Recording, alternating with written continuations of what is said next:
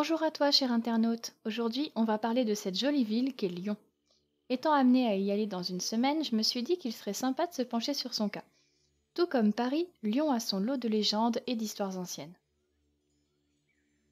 À Lyon, l'un des parcs les plus connus est le parc de la Tête d'Or.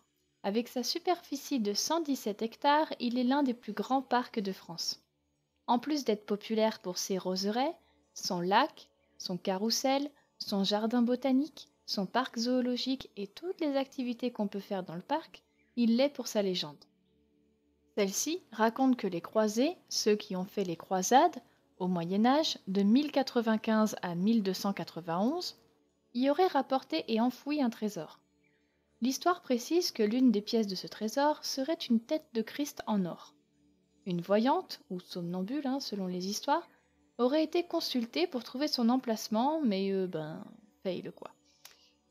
La légende raconte que les ouvriers chargés de bâtir le parc en 1856 cherchaient le trésor et que l'un d'eux finit par tomber dessus. Sa joie et sa surprise ne réussirent pas à se faire discrètes et les autres ouvriers voulurent très rapidement lui piquer sa trouvaille. De là, les ouvriers commencèrent furieusement à se disputer. La légende dit que la tête en or fut attristée de constater que sa trouvaille provoquait une telle bagarre et se mit à pleurer, tellement que ses larmes finirent par créer le fameux lac de la Tête d'Or et la tête y fut engloutie. Mais où exactement, on ne sait toujours pas. Une rumeur circule depuis très longtemps sur la présence d'un énorme diamant dans l'une des caves de la petite rue Juiverie. Plusieurs générations ont voulu le trouver, mais en vain. Les Médicis et le dauphin, fils de François Ier, s'y sont aussi essayés.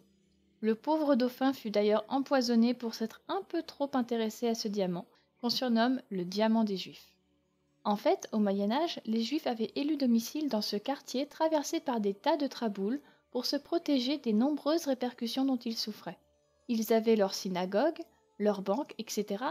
Mais pour se protéger d'un pillage et pouvoir fuir pour revivre ailleurs en cas de danger, ils décidèrent d'investir dans un seul et unique objet, un gros diamant. Ce joyau d'une valeur inestimable fut acheté au Moyen-Orient puis caché dans une maison sûre. Il est dit que le diamant serait caché derrière une des têtes de lion qui décore la façade de l'immeuble du 23 rue Juiverie, dite la Maison Lantillon ou la Maison au Lion.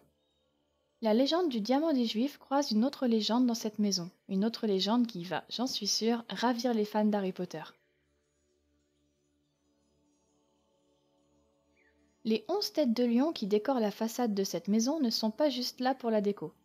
Elles renferment une énigme, un genre de code d'accès pour un tout autre trésor. Si tu as vu ne serait-ce que le tout premier film Harry Potter, qui bien traduit s'appelle Harry Potter et la pierre philosophale, et pas Harry Potter à l'école des sorciers, eh bien le nom de Nicolas Flamel doit te dire quelque chose. Ce cher Nicolas n'a pas été inventé pour le film, il a vraiment existé. Il était alchimiste et résidait dans le quartier qui comprend la fameuse rue Juiverie. L'histoire dit qu'il aurait trouvé le secret de la pierre philosophale. Pour rappel, il est dit que la pierre philosophale peut transformer le plomb en or pur, guérir les maladies et prolonger la vie humaine.